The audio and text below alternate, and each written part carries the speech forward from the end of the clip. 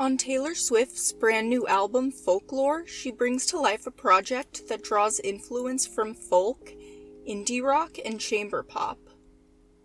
This was a massive departure from the trap-infused dark pop on Reputation, the 80s synth pop on 1989, and the happy-go-lucky country pop on Lover.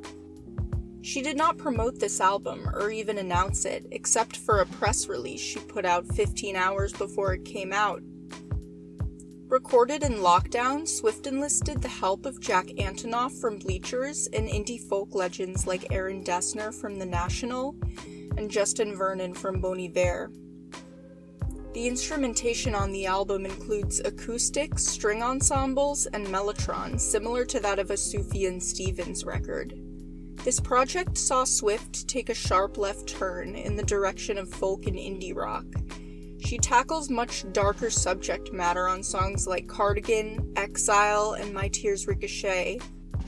Mirrorball, August, and This Is Me Trying sonically border on shoegaze, and draw similarities to bands like My Bloody Valentine, Slowdive, and the Cocteau Twins.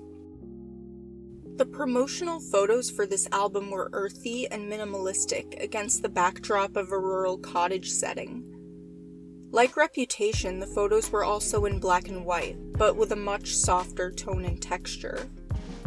Swift hinted on her Instagram page that there are 3 songs on the album that connect and tell the story of a teenage love triangle. Fans have predicted that these 3 songs are Betty, August, and Cardigan, with the lyrics of each song voicing the perspective of each character: Betty, James, and Inez. The 3 songs weave together a conversational narrative between them, with Swift maintaining her knack for storytelling.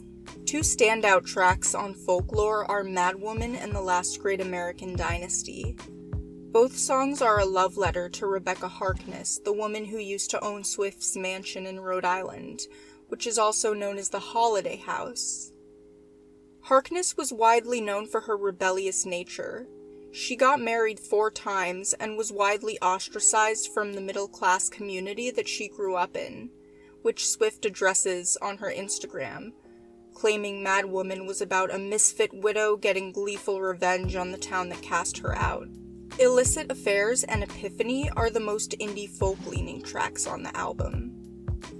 Epiphany is a tribute to her grandfather who fought in World War II, and it is also an ode to healthcare workers during the pandemic, juxtaposing 2 different heroes fighting 2 different wars. Swift is known to keep elements of her songwriting shrouded in mystery, but she also loves to give her fans the opportunity to decode little Easter eggs that she drops in her lyrics, videos, and even promo runs, and Folklore is no different.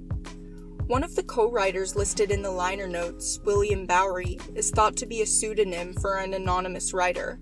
Speculation among the fanbase predict that it is Swift's boyfriend, whose grandfather was a composer named William, and sources claim that the 2 met at the Bowery Hotel in New York. On the final track, Hoax, Swift uses religious and spiritual imagery as metaphors for sexuality and being caught up in the rapture of a toxic relationship. The song contains couplets that echo lyrics from previous tracks on the album. The lyric, "My best laid plan, your sleight of hands," is a direct reference to Scottish poet Robert Burns in his poem To a Mouse. The best laid plans of mice and men often go awry, foreshadowing the end of a romantic relationship that was doomed from the start. Taylor Swift is a mastermind in storytelling. Her ability to seamlessly transition from one era to another shows a progression in sound and style that never fails to disappoint. Wherever Swift is headed next stylistically, let's hope she continues to surprise us.